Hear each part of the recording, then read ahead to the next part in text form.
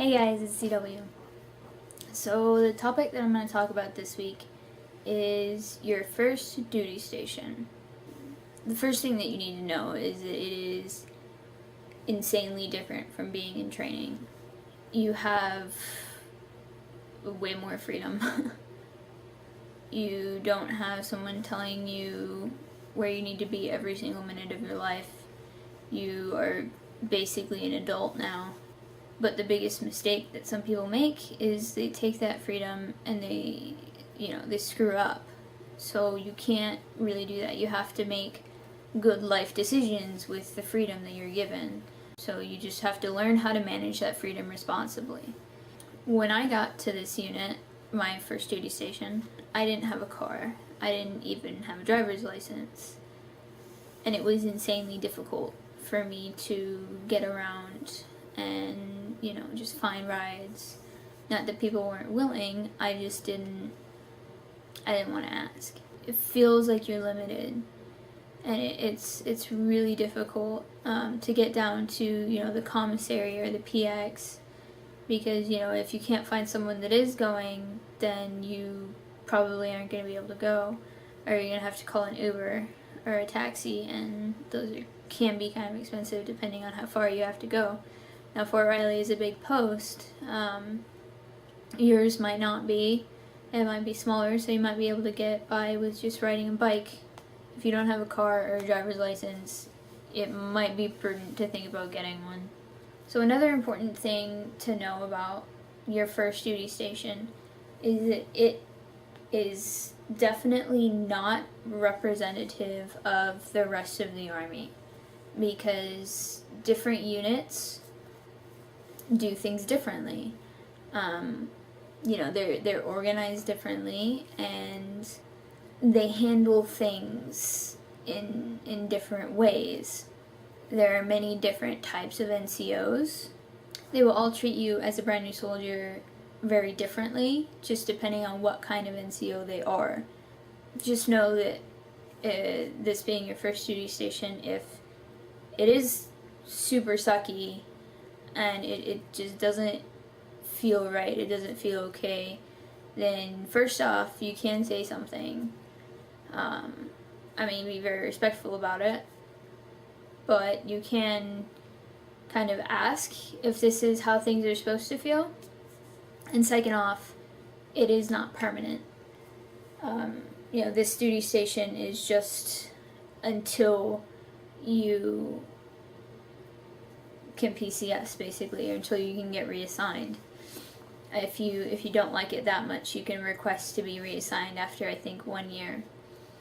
But your first duty station does not represent all units, and that goes for, if you get a really good unit too, be prepared to get a bad unit in the future. I'm lucky because my first deployment, the one that I just came home off of, I was in Iraq with my unit, and then I got moved to Kuwait, where I worked with a different unit. So the unit that I'm in now is 1st Infantry Division, but I'm in the MI section, and the unit that I worked with in Kuwait was just a full-on MI unit. Like, that's what they did. They were very, very different.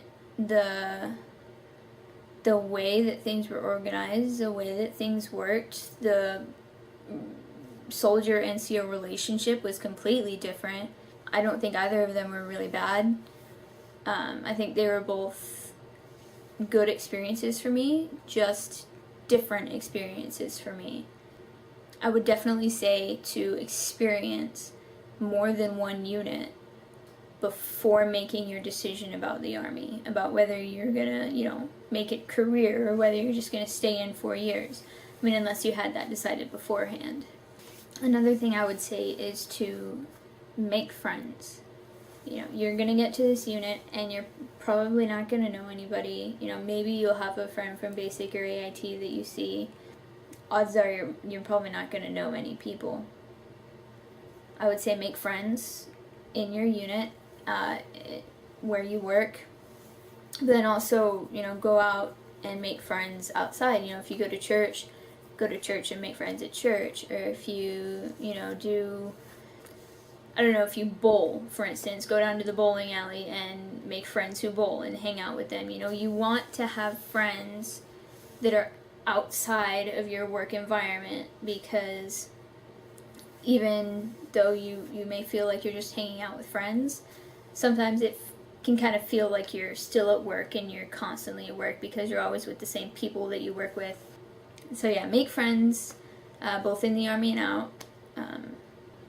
This is annoying, and it will be annoying, but it ends eventually. You will more than likely get tasked to do things that aren't your job. It's kind of something that we all just have to accept and get over it, because it is what it is. I mean, there are always these duties that have to be fulfilled that aren't necessarily any one person's job. So the lower enlisted get tasked out to do them, unless it's like an essential person, and sometimes the upper enlisted, if depending on what it is, anyway. But you, as a lower enlisted, will more than likely be tasked out to do things that aren't your job, and you'll get used as many different things. I mean, for instance, I've been used as a cup holder. I mean, that's a very random, out there example, because it was actually all in good fun.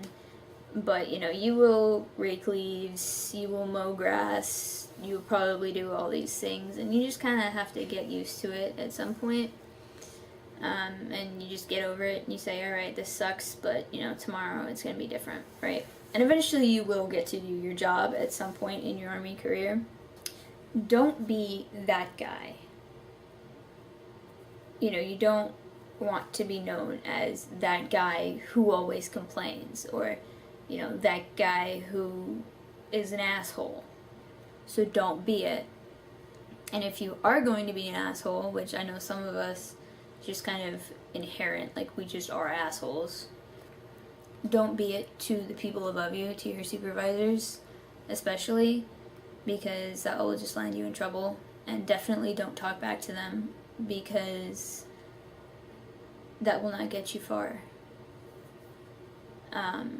Really don't be an asshole to anybody. Like, don't just be an outright asshole. Like, it's okay to, once you get to know them, like, joke around a little bit, but don't be someone that everyone hates, basically, because that's going to make your experience at your first duty station really sucky, no matter if it's a good unit or a bad unit.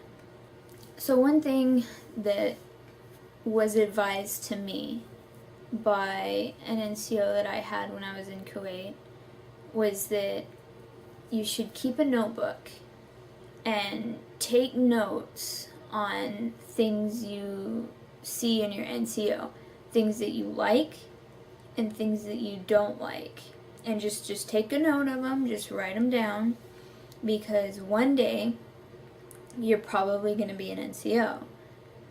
You can take a look at those notes and see what kind of NCO you want to be, because the things that you liked in an NCO, that's what you want to be. You want to be the NCO that you would like to have, if that makes sense. So I would just, I have a little notebook that I carry around in my side pocket, that I write stuff down in. I have the front. When I open it, the front is things I like, and then the back is things I don't like. So yeah, you should totally do that. Probably one of the biggest things that I've learned is that if you need help, if you don't know how to do something, or if you just aren't getting it, ask for help. You can ask your peers that maybe have a little bit more experience, or you can ask your supervisor, if they're willing. At least in my experience, everyone that I've asked for help has been okay with giving it to me, and they've done it and they've explained it to me. They might give you a little bit of shit about it. Usually it's in good fun, but most of the time they will make sure that you understand and, can do it well, whatever it is. And I mean, we all screw up. It happens. Even when we think we have something completely under control, we screw up. You really just have to take those times and use them as experience as to what to do or not do next time that you have to do this particular task. But it's better to ask for help than to completely just screw up because you don't know what you're doing. That's all I got. I really hope that you learned something, that you got something out of this video. If you did, let me know. If you didn't, let me know. If you've got any questions, leave them for me. Like, subscribe. So yeah, do all that fun stuff, and I'll see you on next Wednesday.